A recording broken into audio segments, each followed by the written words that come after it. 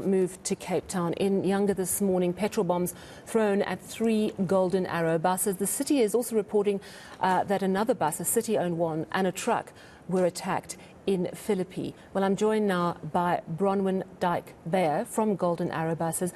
Bronwen, thank you so much for staying on the line. We know we're a little bit delayed. Could you confirm how many of your buses, in fact, were attacked this morning, where they were, how it all unfolded? It was definitely a very difficult day for Golden Arrow and its passengers today. At about 9:30, we were alerted to the fact that 3 of our buses had been petrol bombed. Fortunately, our drivers managed to get to safety and our passengers escaped unharmed. But about an hour later, in another area of Cape Town, Phillipi, one of our buses was petrol bombed. And in this case, we had 6 passengers who were injured and our driver had a rather severe head injury. We obviously had to take action then and move our operations out of Nyanga. So today, passengers who live in Nyanga have either had to walk out of Nyanga to Borchards Quarry, or when they get home from work this evening, they'll have to walk from Borchards Quarry home, which is a few kilometres. All right, so it's 3 buses in Nyanga, 1 in Phillipi, all Golden Arrow buses, am I correct?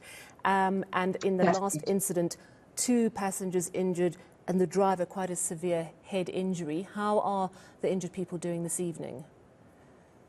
The passengers who were injured, it was minor injuries. It's more that the driver had lost a lot of blood, and he is well. He is fine now. All right. I mean, it is remarkable that there weren't more serious injuries. Are you going to continue to keep your bus lines closed? Are they going to be reopened tomorrow? We're obviously keeping a very close eye on the situation and working with the authorities and law enforcement. But we won't go directly back into the area until we know that it's safe. It's such a difficult thing to decide on because obviously, you know, passengers are tired, kids are trying to get to school, older people are trying to get home. But unfortunately, it's just not safe and it hasn't been made safe for us. So as soon as we can and we feel comfortable, we will return to the area. But for now, we are operating from Borchards Quarry. We've also heard that I think there was a truck that was burned also in the same sort of area today. Do you understand if they're linked to what's happened to your taxis? Well, we believe that the reports that we had is that what premeditated this was that there was a traffic enforcement operation targeting informal taxis in the area. Now, this has happened once before in March this year when we lost 5 buses under similar circumstances. And so it would seem that the enforcement operation triggered some kind of retaliation from those who had been targeted or whose vehicles had been impounded. And then it spilled over onto us and to city vehicles, which makes no sense. And obviously, we really need the authorities to find these brazen criminals and catch them because it seems like they never get caught. And so passengers have to live in fear.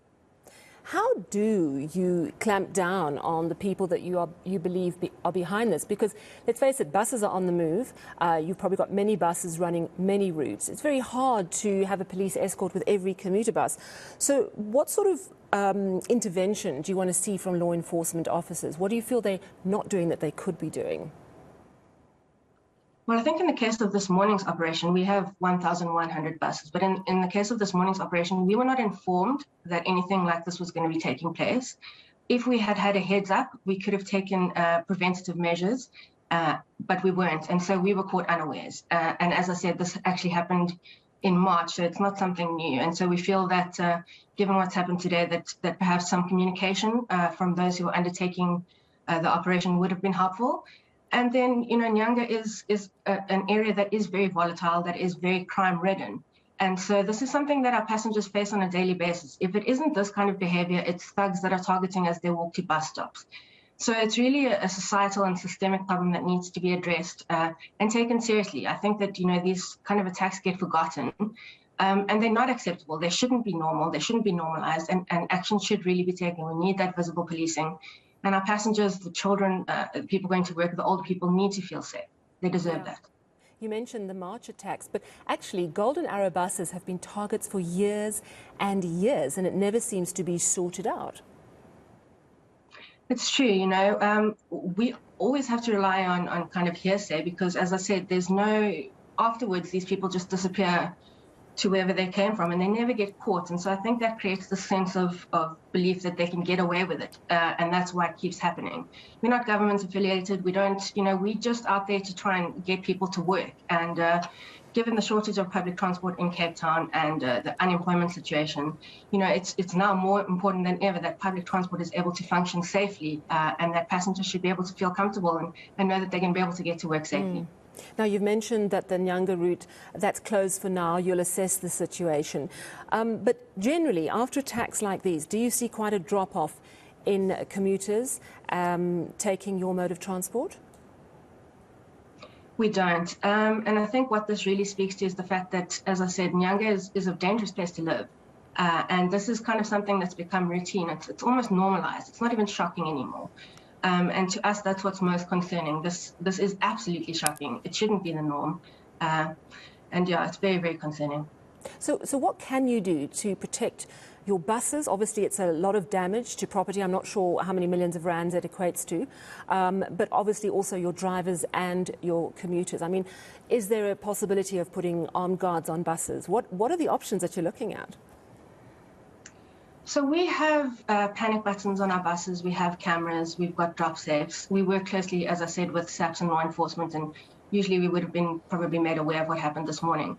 But there's very little we can do. Like I said, we've got 1,100 buses. We're traversing the whole of Cape Town.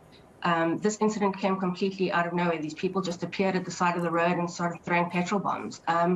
So aside from the cameras and that kind of aspect, it's really a government issue and a policing issue. And unless there's some action from that side, I don't think we're going to see anything change. All right. Well, thank you very much for talking to us this evening. We're pleased that no one was very seriously injured, and we hope that that bus driver who did get quite a nasty wound to the head gets better soon. That is Bronwen Dyke-Beyer. She's from Golden Arrow Buses. 4 of their buses, 3 in Nyanga and 1 in Phillipi, were petrol bombed this morning.